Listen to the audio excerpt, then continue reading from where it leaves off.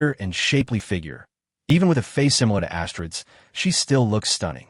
Ivaisa closed her eyes, thus ending the argument. Perseus's hands started to wander. He doesn't actually need to rest. With light magic, he's always fully charged. The reason for insisting that everyone sleep was so that I could savor Miss Ivaisa's beauty after a long time. Also, he didn't want to go shopping with Lalatina. Go find Winnie or Carol. Ivaisa kept her eyes closed. Perseus's hand stopped involuntarily, and he asked nonchalantly, "Why are you looking for them?" "Because I don't have the time to do those boring things with you," she said. "Honey, how is this boring? Anyway, I don't want to do it. Are you tired?" "No, I just don't want to." "Then let's not do that. We'll just sleep." Perseus also closed his eyes. After a while, he quietly opened his eyes and found that Ivaisa was staring at him. "What's wrong?" "I was really sleeping," Perseus said innocently. "You haven't showered since you touched Carol yesterday." "That happened yesterday." "Bath." Perseus had no choice but to go to the bathroom and quickly clean his body with water magic, then wash himself with soap until he smelled fragrant, making sure there was no trace of other women's scent on him. Then he lay back down next to Ivaisa and closed his eyes. After a while, a body snuggled into his arms. Perseus's heart skipped a beat. "Why are you shaking? Isn't this what you wanted?" Ivaisa asked. "Honey, there's something I forgot to say yesterday. Can I make it up to you?" Perseus said. "What? Are you really not bothered by me seeing other women?" "I don't mind, as long as you can keep the situation under control, don't cause trouble that affects what we need to do, and don't exceed 10. Too many would be annoying. Will you keep watching?" "What's the meaning?" Perseus opened his eyes again and found that she was still staring at him as before. Only now the distance between them was negligible.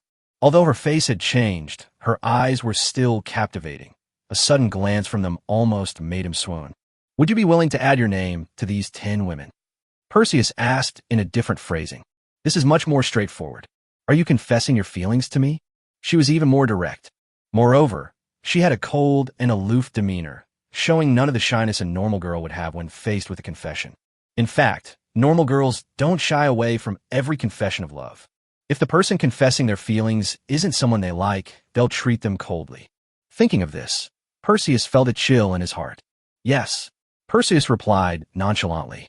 "This is the first time someone has ever confessed their feelings to me," she muttered to herself. "I never expected the person to be a womanizer like you." "Actually, I can be less of a womanizer if I want to," Perseus smiled. "You're not saying you can do without anyone but me, are you? It's not that serious. I can give up on other girls, but I want to try to win Helen's heart over with you," Perseus said.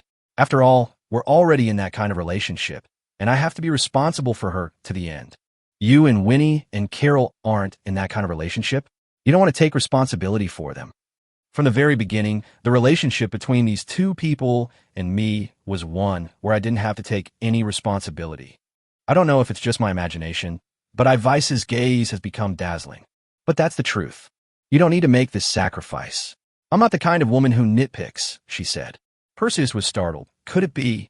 "Don't you think you also need to take responsibility for what you've done to me so far?" she asked expressionlessly. Perseus's heart was in his throat, and he dared not breathe. "Let's add it for now." Her voice was so faint it was almost inaudible. Perseus excitedly hugged her tightly.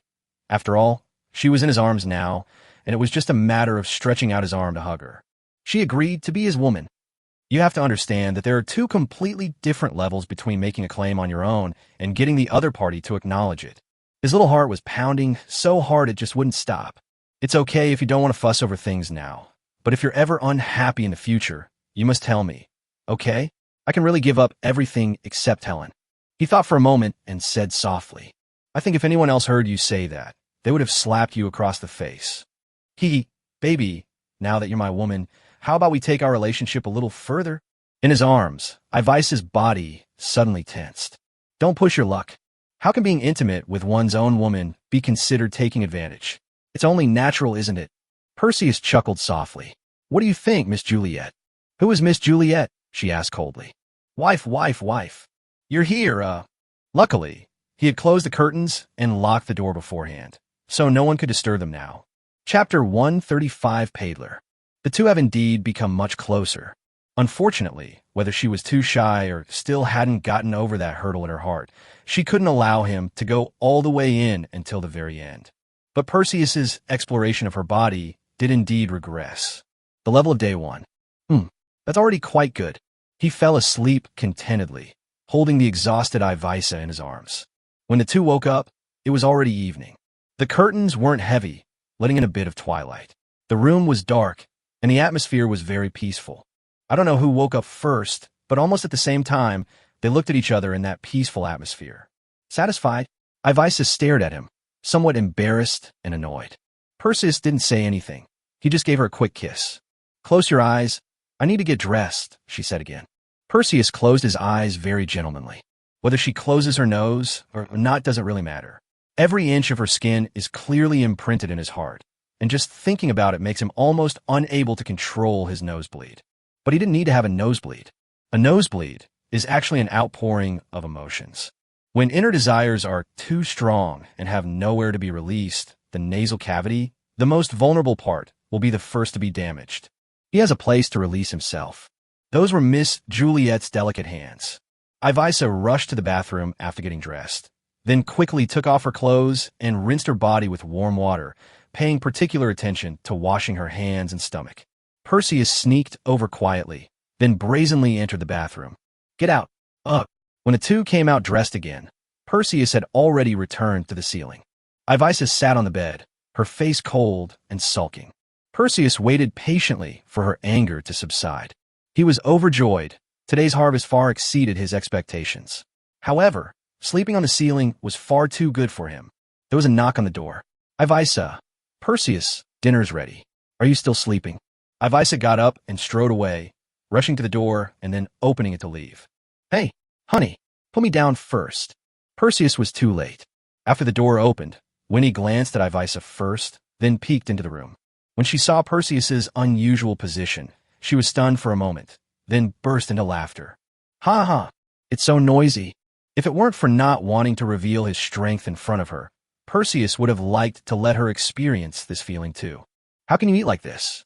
Winnie asked gleefully. Perseus merely glanced at her, too lazy to say a word. Do you want me to build a ladder to feed you? I don't know if she genuinely meant it or was just being sarcastic. Perseus's mood soured again. He was definitely not the kind of man who liked to think positively. So no matter what, Miss Lalatinas but is going to be in big trouble again tonight. You're not going to let me go back to the restaurant first, are you? Perseus didn't agree, but his gaze made Winnie swallow hard, her heart pounding. After a while, Perseus was put down. When he arrived at the restaurant, all the girls except Ivisa stopped eating and looked at him with different expressions. Perseus sat in his chair, picked up a piece of bread, and took a bite. I'd like to go out for a walk tonight. Anyone want to come with me? Winnie looked at the others and quickly raised her hand. Me? You can't do it, Perseus said meaningfully. He was afraid he would lose his temper and drag her into some alley. Eagle Peak City is crowded with people. He doesn't have that kind of hobby. Winnie was initially disappointed, but then she realized how subtle Perseus's gaze was towards her, so she swallowed hard, buried her head in her food, and dared not look at him again. Carol also wanted to raise her hand. Eagle Peak City was very familiar to her, and she was eager to know what was happening there recently. But she was also afraid that she would lose control of her emotions and cause trouble for Perseus. After hesitating for a moment, Katie silently raised her hand. Perseus nodded. Carol was somewhat disappointed and became sullen. Perseus observed this without saying a word. Here, baby, this is your favorite milk. Perseus picked up Ivisa's cup and poured her a large, full glass. Ivisa took the glass and drank it all in one gulp, then continued eating. Although she didn't react much, Perseus was in trouble. So before they had even finished their meal, he grabbed Carol's hand and dragged her into her room. When he emerged refreshed, Miss Carol no longer cared about her little emotions. Before leaving, Perseus tried his best to persuade Katie not to bring her ancestral sword. But Katie felt that Eagle Peak City was a dangerous place, and that battles could break out at any time, so she had to be prepared. But Perseus was very insistent. Katie eventually gave in, but she still hid a knife in her sleeve. The two went out and headed straight for the most bustling area of Eagle Peak City. Although Perseus was born and raised in a village near Eagle Peak City, this was indeed his first time here. Even at night, Eagle Peak City is just as lively as during the day, or even more so. I heard this situation will continue until 2 a.m. Moreover, drunken adventurers would roam the streets all night, leaving behind piles of vomit. But we haven't gotten that drunk yet, and the streets are very clean. If you want to get information, the best place is a tavern. They went into the busiest restaurant. Perseus ordered 2 beers, and he and Katie found a place to sit in a corner. In such places, those seemingly noisy and chaotic sounds contain a wealth of information. You don't need to ask anyone or any questions. You can learn a lot just by listening quietly. Perseus was drinking his beer when he noticed that Katie was just staring at the glass in front of her and hadn't moved at all. "What's wrong? This wine tastes pretty good. You should try it." Perseus gestured with his glass. "Drinking leads to trouble," Katie said. "Besides, I've never drunk before." Perseus's heart skipped a beat. The psychological trauma inflicted by Winnie the Pooh had once again enveloped him. Miss Katie isn't like that female alcoholic, unable to drink a single drop of alcohol, is she? But he was a little curious about what she was like when she wasn't so cold and serious. With a touch of mischievousness, Perseus earnestly urged, "There's a first time for everything, you know. If you don't drink it, wouldn't it be a waste to have a perfectly good glass of wine? Even just a sip would be enough." Hearing him say that, Katie picked up her glass and took a small sip without hesitation. "How is it?" Perseus asked expectantly. Katie didn't say anything, but took several big gulps, emptying the glass of wine in an instant. "It's delicious," she said. "He shows no signs of becoming an alcoholic. He's still the same as always." "How about another one? Could we have 10 more drinks? 10 more cups, please," Perseus said to a passing waiter.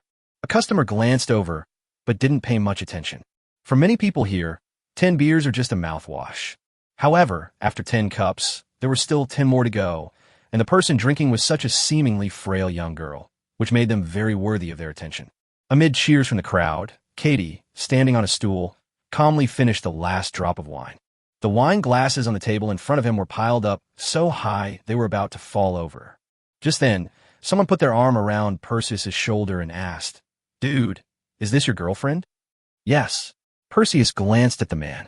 "Don't mind me, I was just asking casually," the man smiled. "My name is Paidler, the best information broker in Eagle Peak City. Let's be friends." Chapter 136 Strange Behavior. Perseus, with Katie in tow, left the bar amidst cheers from the crowd. Paidler just went out.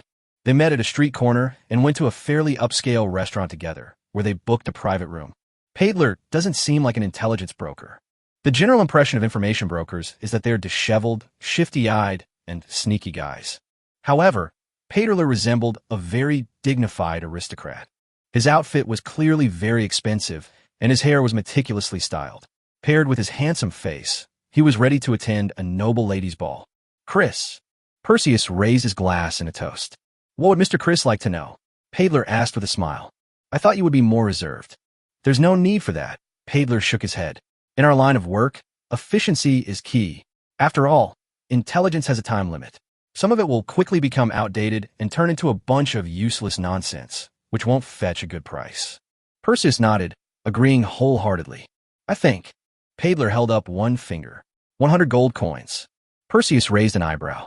"Whatever you want to ask, pay 100 gold coins first," Paidler said calmly. "Depending on the questions you ask later, I will also charge an additional consultation fee." "I'm a little curious. How many deals have I made this month?" Perseus asked. "The first order. How many orders did you have in total last month?" Paidler just smiled. "It seems there are no more orders. How come you haven't starved to death yet, doing business like this?" Perseus asked. He wasn't short of money for a meal, but he genuinely suspected that the kid was trying to scam him out of food and drinks.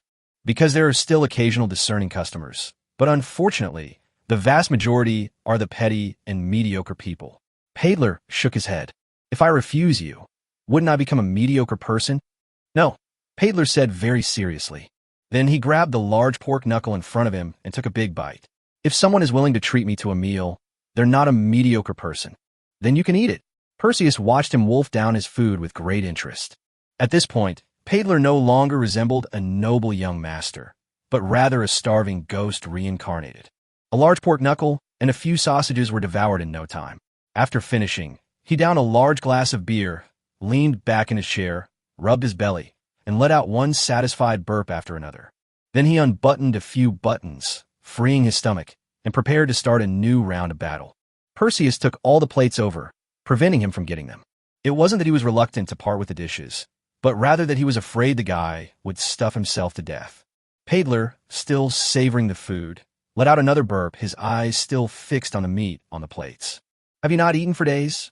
Perseus asked seriously. I ate half a loaf of bread yesterday. And the day before yesterday? Hiccup. I can't stand it. Do you know that freeloading is a very serious crime?